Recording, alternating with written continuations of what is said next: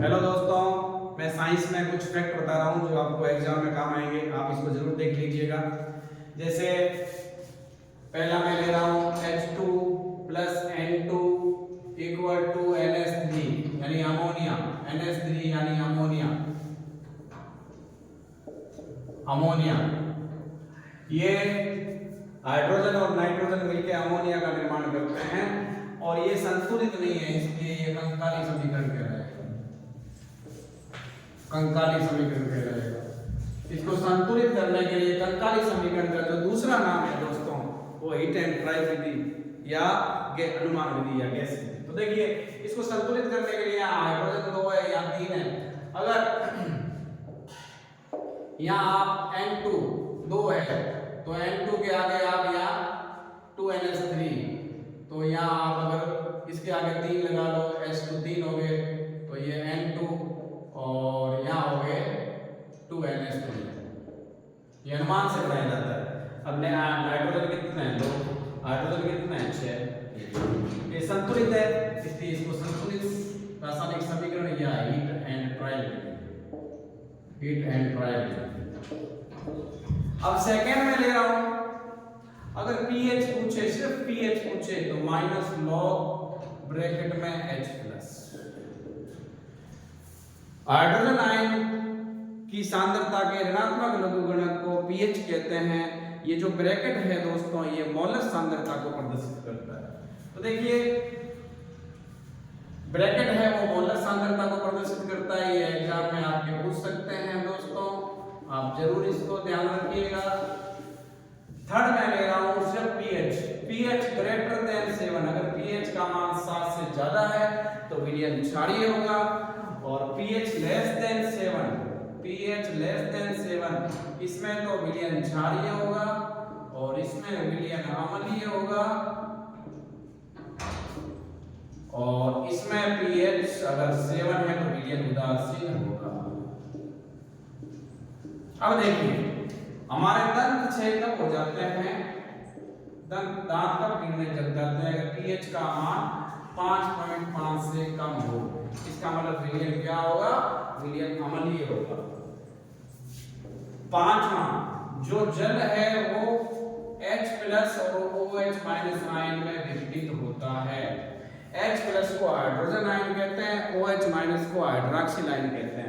यानी ओरिनियस के अनुसार जो जलीय विलयन में H प्लस देता है दोस्तों, उसको अम्ल कहते हैं, और जो OH माइनस आयन देता है उसको क्षार कहते हैं। ये तो अम्ल वाला हो जाएगा और ये क्षार हो जाएगा। अब देखिए, अम्ल भी दो प्रकार के होते हैं। परवल अम्ल, अगर आपको परवल अम्ल पूछे तो दोस्तों ये परवल अम्ल है, एक HCl, एक आपका H2SO4। ये तो हाइड्रोक्लोरिक अम्ल है जिसको नमक का तेजाब कहते हैं। ये सल्फ्यूरिक अम्ल है जिसे अम्लों का राजा। और ध्रुवल अम्ल पूछे दोस्तों, ध्रुवल अम्ल पूछे तो एक एसिटिक एसिड हो गया, इसे सिरके का अम्ल कहते हैं, और एक आपका HCN हाइड्रोजन साइनेट हो गया। परवल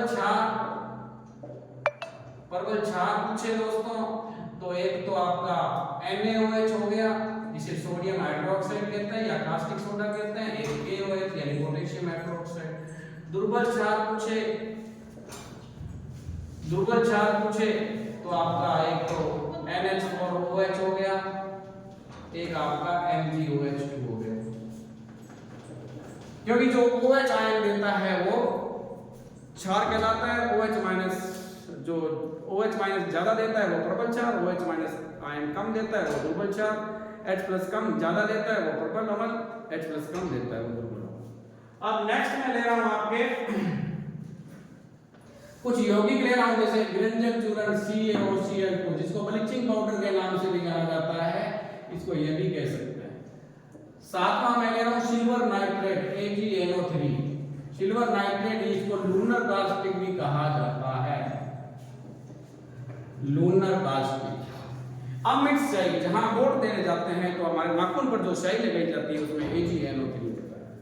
जिप्सम अगर पूछे दोस्तों तो जिप्सम पूछे तो कैल्शियम सल्फेट में 2 अणु जल के ये जिप्सम हो गया।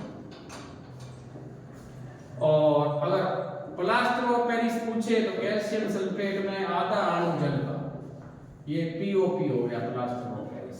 कुछ मैं आपके नाम बता रहा हूं, अगर AIDS पूछे, acquired immunodeficiency syndrome, acquired immunodeficiency syndrome, AIDS, जिसका कोई इलाज नहीं, बचा ही उपचार। अगर 11वां मैं पूछूं STD, इसका भी पूरा नाम पूछ ले, सेक्सुअल ट्रांसमिटेड डिजीज, यानी यौन संक्रमित रोग या यौन संचारित रोग, यौन संचारित रोग।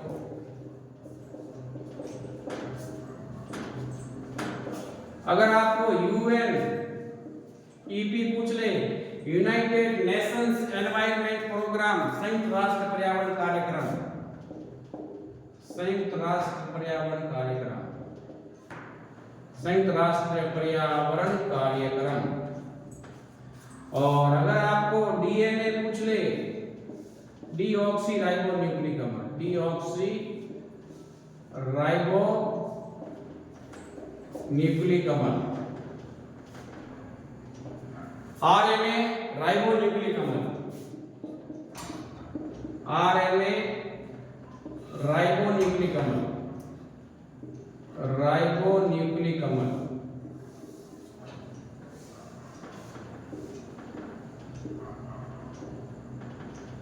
अब देखो दोस्तों, आपको CFC पूछ सकते हैं, जो क्लोरोफ्लोरोकार्बन है, ओजोन परत में छेद के लिए हानिकारक, ईओन छेद के लिए जिम्मेदार है CFC, क्लोरोफ्लोरोकार्बन। CFC का मतलब क्लोरोफ्लोरोकार्बन,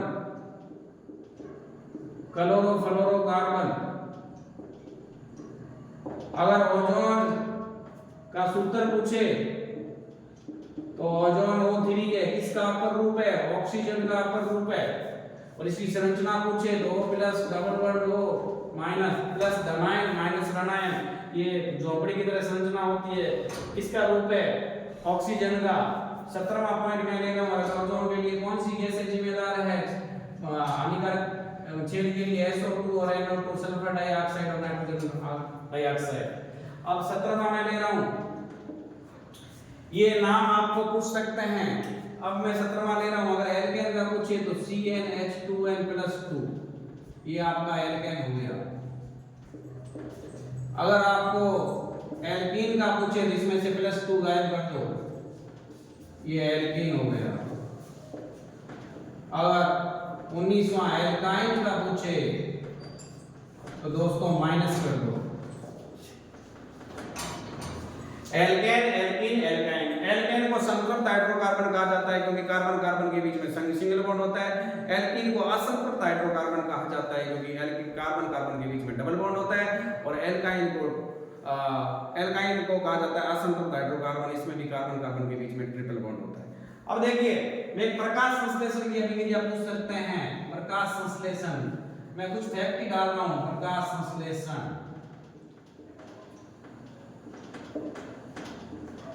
6CO2 12H2O, इसको ध्यान रखिएगा।